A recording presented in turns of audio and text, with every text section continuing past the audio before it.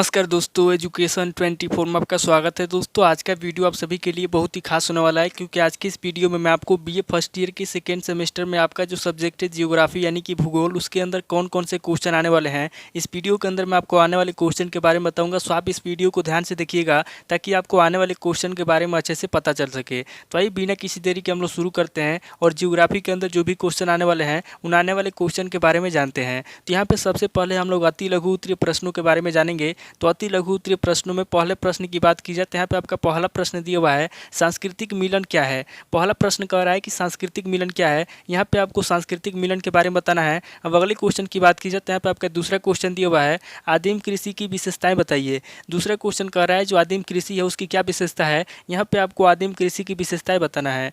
अब अगले क्वेश्चन की बात की जाए तो यहाँ पे आपका तीसरा क्वेश्चन दिया हुआ है, नागा के व्यवसाय का वर्णन कीजिए। तीसरा क्वेश्चन कह रहा है जो नागा हैं उनके जो व्यवसाय हैं, यहाँ पे आपको नागा के व्यवसायों का वर्णन करना है। अब अगले क्वेश्चन की बात की जाए तो यहाँ पे आपका चौथा क्वेश्चन दिया हुआ है, थारू जाति के निवास क्षेत्र बताइए। चौथा क्वेश्चन कह रहा है जो थारू जाति है उनका निवास क्षेत्र क्या है। यहाँ पे आपको थारू जाति के निवास क्षेत्र के बारे में बताना है। अब अगले क्वेश्चन की बात की जाए तो यहाँ पे आपका पांचवा क्वेश्चन दिया हुआ है, पिग्मी समाज एवं जीवन व्यवहारों को समझाइए।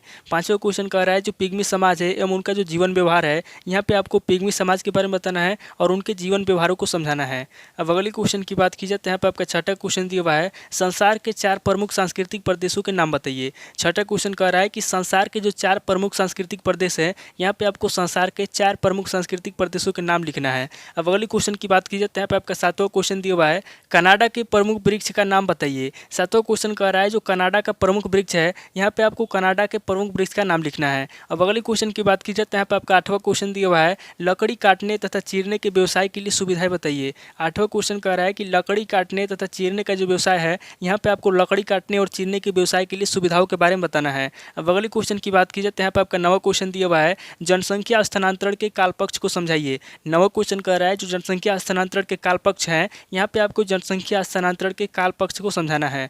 अब अगले क्वेश्चन की बात की जाए तो यहाँ पे आपका 10वां क्वेश्चन दिया हुआ है, विश्व के 4 घने प्रदेशों के नाम बताइए। 10वां क्वेश्चन कह रहा है कि विश्व के कौन कौन से 4 घने प्रदेश हैं, यहाँ पे आपको विश्व के 4 घने प्रदेशों के नाम लिखना है। अब अगले क्वेश्चन की बात की जाए तो यहाँ पे आपका 11वां क्वेश्चन दिया हुआ है, संस्थाल की संस्कृति का उल्लेख कीजिए। 11वां क्वेश्चन कह रहा है जो संस्थाल की संस्कृति है, यहाँ पे आपको संस्थाल की संस्कृति के बारे में बताना है। अब अगले क्वेश्चन की बात की जाए तो यहाँ पे आपका 12वां क्वेश्चन दिया हुआ है, मानव भूगोल को परिभाषित कीजिए। 12वां क्वेश्चन कह रहा है जो मानव भूगोल है उसकी क्या परिभाषा है, यहाँ पे आपको मानव भूगोल की परिभाषा लिखना है। अब अगले क्वेश्चन की बात की जाए तो यहाँ पे आपका 13वां क्वेश्चन दिया हुआ है, निश्चयवादी विचारधारा को परिभाषित कीजिए। 13वां क्वेश्चन कह रहा है जो निश्चयवादी विचारधारा है उसकी क्या परिभाषा है, यहाँ पे आपको निश्चयवादी विचारधारा की परिभाषा लिखना है। अब अगले क्वेश्चन की बात की जाए तो यहाँ पे आपका 14वां क्वेश्चन दिया हुआ है, मानव भूगोल का जन्मदाता कौन था। 14वां क्वेश्चन कह रहा है कि मानव भूगोल का जन्मदाता कौन था, यहाँ पे आपको मानव भूगोल के जन्मदाता के बारे में बताना है।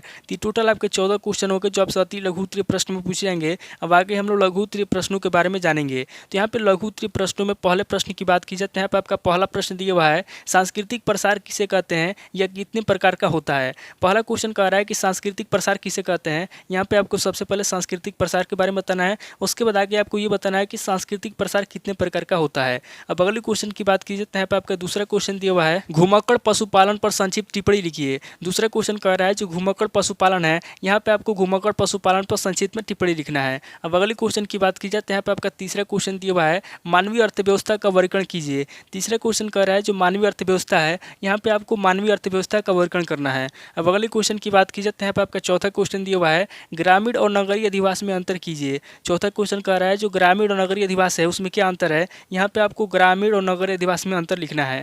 अब अगले क्वेश्चन की बात की जाए तो यहाँ पे आपका पांचवा क्वेश्चन दिया हुआ है, नगरीय प्रतिरूप का उल्लेख कीजिए। पांचवा क्वेश्चन कह रहा है जो नगरीय प्रतिरूप है, यहाँ पे आपको नगरीय प्रतिरूप का उल्लेख करना है। अब अगले क्वेश्चन की बात की जाए तो यहाँ पे आपका छठा क्वेश्चन दिया हुआ है, भारत में अधिवासों के प्रकार बताइए। छठा क्वेश्चन कह रहा है कि भारत में अधिवास कितने प्रकार के होते हैं, यहाँ पे आपको भारत में अधिवासों के प्रकार बताना है। अब अगले क्वेश्चन की बात की जाए तो यहाँ पे आपका सातवां क्वेश्चन दिया हुआ है, जनसंख्या घनत्व के प्रकार बताइए। सातवां क्वेश्चन कह रहा है कि जनसंख्या घनत्व के कितने प्रकार हैं, यहाँ पे आपको जनसंख्या घनत्व के प्रकार बताना है। अब अगले क्वेश्चन की बात की जाए तो यहाँ पे आपका आठवां क्वेश्चन दिया हुआ है, शून्य जनसंख्या वृद्धि पर संक्षिप्त टिप्पणी लिखिए। आठवां क्वेश्चन कह रहा है जो शून्य जनसंख्या वृद्धि है, यहाँ पे आपको शून्य जनसंख्या वृद्धि के बारे में बताना है। अब अगले क्वेश्चन की बात की जाए तो यहाँ पे आपका नवा क्वेश्चन दिया हुआ है, एशिया में प्रमुख मानव समूह का वर्णन कीजिए। 9वां क्वेश्चन कह रहा है एशिया में जो प्रमुख मानव समूह है, यहाँ पे आपको एशिया में प्रमुख मानव समूह का वर्णन करना है। अब अगले क्वेश्चन की बात की जाए तो यहाँ पे आपका 10वां क्वेश्चन दिया हुआ है रुको और जाओ नियतिवाद को स्पष्ट कीजिए। 10वां क्वेश्चन कह रहा है कि रुको और जाओ जो नियतिवाद है,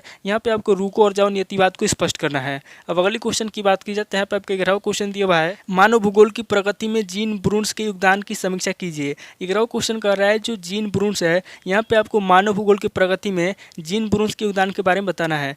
अब अगले क्वेश्चन की बात की जाए तो यहाँ पे आपका 12वां क्वेश्चन दिया हुआ है मानव भूगोल का उद्देश्य बताइए। 12वां क्वेश्चन कह रहा है जो मानव भूगोल है उसका क्या उद्देश्य है, यहाँ पे आपको मानव भूगोल का उद्देश्य बताना है। तो टोटल आपके 12 क्वेश्चन हो गए जो आपसे लघु उत्तरीय प्रश्न में पूछे जाएंगे। अब आगे हम लोग दीर्घ उत्तरीय प्रश्नों के बारे में जानेंगे। तो यहाँ पे दीर्घ उत्तरीय प्रश्नों में पहले प्रश्न की बात की जाए तो यहाँ पे आपका पहला प्रश्न दिया हुआ है संस्थानों के निवास, अर्थतंत्र और समाज का मूल्यांकन कीजिए। पहला क्वेश्चन कह रहा है जो संस्थान है, यहाँ पे आपको संस्थानों के निवास क्षेत्र के बारे में बताना है, उनके अर्थतंत्र के बारे में बताना है और उनके समाज का मूल्यांकन करना है। अब अगले क्वेश्चन की बात की जाए तो यहाँ पे आपका दूसरा क्वेश्चन दिया हुआ है बुशमैन के निवास क्षेत्र, अर्थव्यवस्था एवं समाज का वर्णन कीजिए। दूसरा क्वेश्चन कह रहा है जो बुशमैन है, यहाँ पे आपको बुशमैन के निवास क्षेत्र के बारे में बताना है, अर्थव्यवस्था के बारे में बताना है और उनके समाज का वर्णन करना है। अब अगले क्वेश्चन की बात की जाए तो यहाँ पे आपका तीसरा क्वेश्चन दिया हुआ है पिछले 20 लाख वर्षों में मानव के विकास के प्रमुख सोपानों का वर्णन कीजिए। तीसरा क्वेश्चन कह रहा है कि पिछले 20 लाख वर्षों में मानव के विकास के जो प्रमुख सोपान है, उन मानव विकास के प्रमुख सोपानों के बारे में आपको बताना है। अब अगले क्वेश्चन की बात की जाए तो यहाँ पे आपका चौथा क्वेश्चन दिया हुआ है विश्व में मत्स्य उत्पादन पर एक भौगोलिक निबंध लिखिए। चौथा क्वेश्चन कह रहा है कि विश्व में जो मत्स्य उत्पादन है, यहाँ पे आपको मत्स्य उत्पादन पर एक भौगोलिक निबंध लिखना है। अब अगले क्वेश्चन की बात की जाए तो यहाँ खाद्य संग्रह अर्थव्यवस्था की विशेषताओं की व्याख्या कीजिए। पांचवा क्वेश्चन कह रहा है जो खाद्य संग्रह अर्थव्यवस्था है, यहाँ पे आपको खाद्य संग्रह अर्थव्यवस्था की विशेषताओं की व्याख्या करना है। अब अगले क्वेश्चन की बात की जाए तो यहाँ पे आपका छठा क्वेश्चन दिया हुआ है नगरीय अधिवासियों के प्रकारों एवं प्रतिरूपों की विवेचना कीजिए। छठा क्वेश्चन कह रहा है जो नगरीय अधिवास है, यहाँ पे आपको नगरीय अधिवासियों के प्रकारों के बारे में बताना है और उनके प्रतिरूपों की विवेचना करना है। अब अगले क्वेश्चन की बात की जाए तो यहाँ पे आपका सातवां क्वेश्चन दिया हुआ है मानव अधिवास से क्या आशय है, मानव अधिवास की उत्पत्ति एवं प्रकारों की व्याख्या कीजिए। सातवां क्वेश्चन कह रहा है जो मानव अधिवास है उससे आप क्या समझते हैं, यहाँ पे आपको सबसे पहले मानव अधिवास के बारे में बताना है, उसके बाद आगे आपको मानव अधिवास की उत्पत्ति और उसके प्रकारों की व्याख्या करना है। अब अगले क्वेश्चन की बात की जाए तो यहाँ पे आपका आठवां क्वेश्चन दिया हुआ है विश्व के प्रमुख जनसंख्या जमाव का भौगोलिक विवरण प्रस्तुत कीजिए। आठवां क्वेश्चन कह रहा है कि विश्व के जो प्रमुख जनसंख्या जमाव है, यहाँ पे आपको विश्व के प्रमुख जनसंख्या जमाव का भौगोलिक विवरण प्रस्तुत करना है। अब अगले क्वेश्चन की बात की जाए तो यहाँ पे आपका 9वां क्वेश्चन दिया हुआ है मानव भूगोल में राइटजेल के योगदान की विवेचना कीजिए। 9वां क्वेश्चन कह रहा है जो राइटजेल है, यहाँ पे आपको मानव भूगोल में राइटजेल के योगदान के बारे में बताना है। अब अगले क्वेश्चन की बात की जाए तो यहाँ पे आपका 10वां क्वेश्चन दिया हुआ है भारत के भौगोलिक विकास को परिचय का पुराणों के संदर्भ में वर्णन कीजिए।